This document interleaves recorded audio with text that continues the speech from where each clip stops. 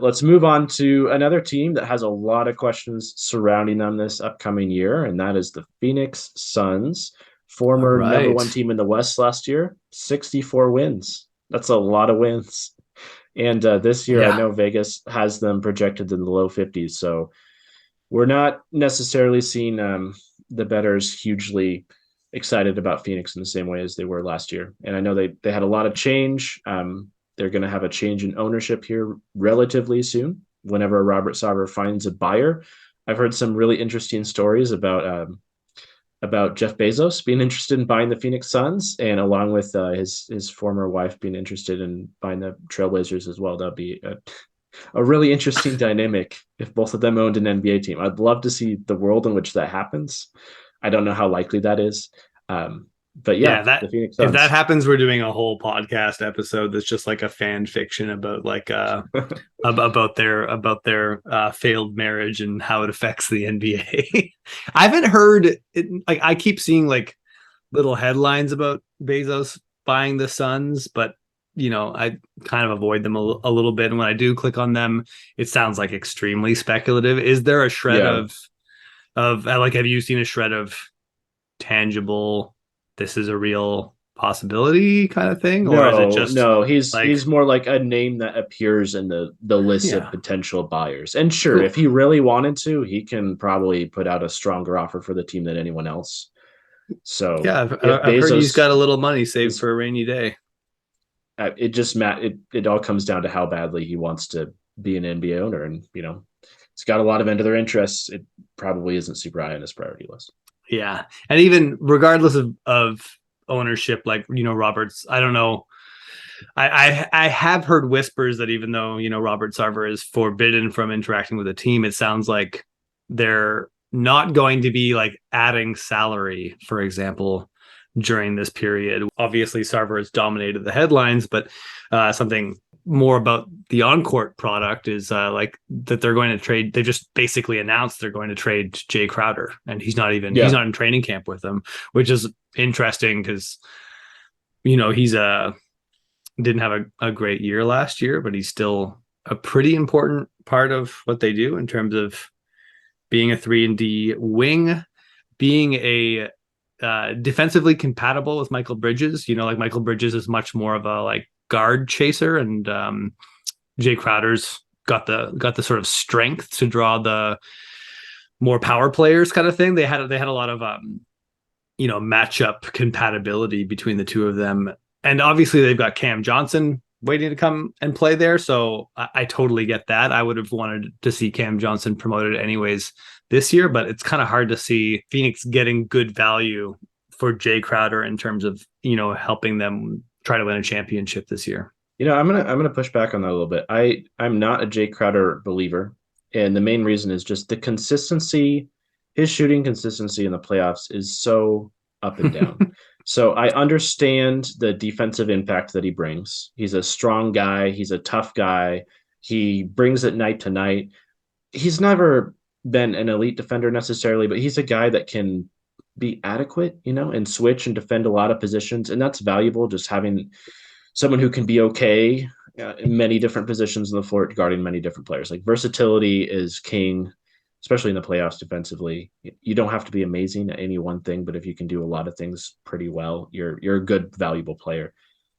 But the shooting consistency was rough, and Phoenix's defense, even with Jay Crowder on the floor a lot, really struggled in the playoffs last year, especially against the Mavericks.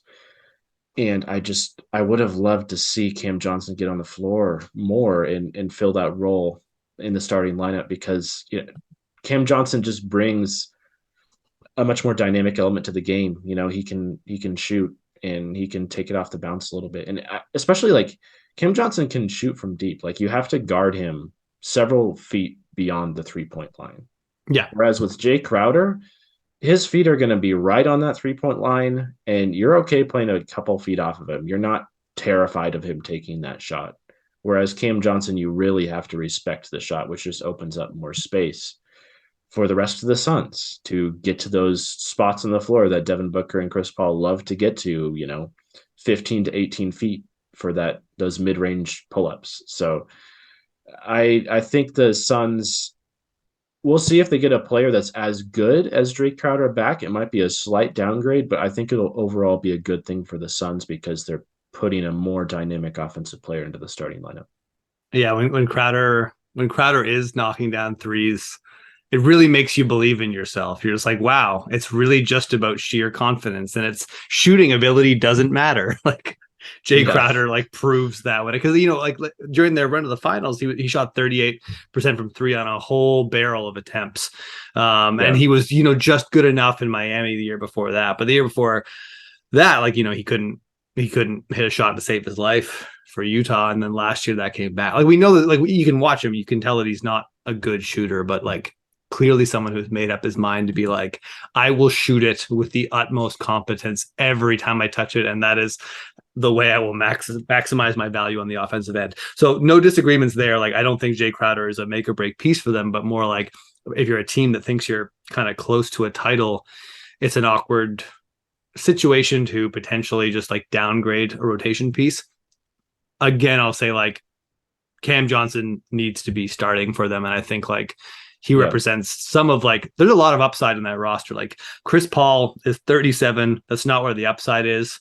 Devin Booker's 25. Michael Bridges is 25. DeAndre Ayton is 23. Cam Johnson is 25. Like there is a young core here that I feel like unless Phoenix sort of like surprisingly gets back on track this year and, is able to compete with Golden State and Denver and the Clippers coming back, like that would be cool. But I think the more important thing for this team, because I don't personally see them winning a title this year, is can we see growth from DeAndre Ayton and Michael Bridges and Cam Johnson? Because that's their core, that's their real team. Like Chris Paul is such an important part of this team, but he's 37. He could fall apart tomorrow.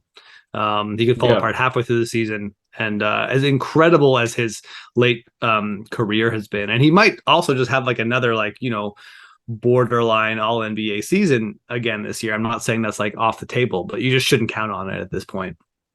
And if they can just get someone, I mean, this might be a stretch, but if they can get someone back for Jay Crowder who can just be their seventh, maybe just even eighth man off the bench in the playoffs, I think that's really all you need. Yeah, I just think that's going to be hard to find. No one's trading. People don't like to trade wings. So if you're trading Jay Crowder, sure, there's lots of teams that would love to add a wing to the rotation, but what are you getting back for that? The one trade I saw that made all the sense in the world, and I got a little bit excited about it, was for Chetty Osman because the Oh yeah, Cavaliers definitely need just someone who can be a starting three. And I think that Jay Crowder will fill that spot for them. And in that case, Chetty becomes a little bit expendable. And I wouldn't say, I mean, Chetty is definitely not as good of a defensive player as Jay Crowder. There's no doubt, but a more consistent shooter. And, you know, he's a downgrade. I'm not going to claim otherwise unless Chetty has some sort of improvement this summer. But if they can package Chetty in a pick, maybe they just traded all their firsts, but maybe a couple seconds or something for Jay Crowder. I could see that being good for the Phoenix Suns. no chance that they're getting a first for Jay Crowder, in my opinion. Yeah. Like I don't think Jay Crowder already played in Cleveland. It did not go well. However, like the team has changed dramatically since then. I don't really Yeah, see that was Jay a Crowder. weird team. Yeah, That was a weird yeah. team. I The don't. last year of LeBron, where they kind of Yeah. just tried to cobble together a pseudo contender around him, and it didn't work at all. And they still made the finals because the East was just that bad in 2018. Yeah. It's crazy. Like come 2019, the East, like had multiple contenders that were all of a sudden there was Philly, there was Kawhi in Toronto, there was all these teams, and like, but in 2018 you go back like you just saw all these young teams like trying their best. And LeBron's like no guys, I know my team's garbage, but you still can't beat me. That was a ridiculous playoffs that year, but times have changed. Yeah. So let's talk about some of the other Phoenix Suns players. I mean, you mentioned Chris Paul aging, but the rest of their important players in this roster are for the most part still fairly young. So yeah, Devin Booker, and I think especially in the case of DeAndre Ayton, you could see some improvement out of them. Like they're young enough that their prime is just starting, especially in the case of DeAndre Ayton. He's not at his prime yet. Like the dude's 24 years old. Like he has a couple years of improvement still to go before we should really expect to see the fully realized DeAndre Ayton. So I know a lot of people are low on the Suns this year, and I can see it. Like who knows how Chris Paul seems to get hurt every single postseason now, but like the Suns were really good last year, and they weren't as reliant on Chris Paul as you'd think. Like he had that injury during the latter half of the year where he missed a few weeks. He was definitely banged up in the playoffs, and they also won their first round series against the Pelicans without Devin Booker for most of that series. Like this team has more to it than just Chris Paul and Devin Booker, and it's more than just live and die by those two guys. And I'd like to see, and then like one of my questions for you is going to be like, are the Suns going to diversify their offense to be a little bit less dependent on that very Chris Paul, Devin Booker heavy offensive system? And I mean, everything you just said, they've already showed us that like that's very much easily in the cards for them. But will we see them do that? Will we see them come out with a less mid-range heavy offense? I mean, DeAndre Ayton really is the first person you need to look at where it's just like, well, obviously that guy could handle 5 or 6 more shots a game and probably a couple different play types, right? Like he doesn't need to be confined in this dive, like rim diver into floater role that he plays almost exclusively in Phoenix. So Yeah. it would be nice to see them, just kind of diversify even just the DeAndre Ayton portion of their offense. We mentioned Cam Johnson earlier. He's another guy that could obviously like do quite a bit more, has like flashed a lot of skills in Phoenix. Like let's just like increase both those guys' roles by 5 to 15%. And I think Phoenix could come out strong and put that embarrassing Game 7 loss behind them. Have we ever seen a team's how like the general NBA fandom feels about a team based off one game to quite an extent, like we just saw with Phoenix? Like everyone's out on Phoenix. And I know there's other reasons for that, but it's like that Game 7 loss looking bad. It's just like ever since then, people have been selling their Phoenix stock like crazy. Like this team won 64 wins last year, as you pointed out at the beginning of this segment. Well, I'm here to arrest their free fall because I am not out on Phoenix. All And I right. will say, there's a lot going on with Phoenix. I could see the ownership changeover maybe having some impact. I don't think it'll be major though. This team's still going to be really good. Am I going to pick them to like win the Western Conference? No, but they're in my top 3 to 4 teams. After the Clippers, after the Warriors, the Phoenix Suns are right there with probably like the Mavs as teams, or the Nuggets as teams that I see as having like an outside chance of winning if things break right for them. Yeah. And I do think like, yeah, DeAndre Ayton needs to keep progressing in order for that to happen. But I think he will. Like he's really young. He is clearly extremely skilled offensively. In the past, I've been really confused about why DeAndre Ayton seems to really shy away from contact in low post, considering like Yeah. how physically imposing he is. And he just loves going to those flips and dips and floaters, and he loves the mid-range game as well. Like he loves taking shots from the elbows. But I'm willing to throw in the towel on that and say like DeAndre Ayton can still improve a ton as a player, even if he never gets over his aversion to contact in the low post. And all he needs to do that is just be like really quick on that next pass. Like when he dives to the rim, whether Chris Paul or Devin Booker is ball handling, like a lot of times they drag 3 people with them. And DeAndre Ayton just needs to like have his head on a swivel and spray the ball out to the corner.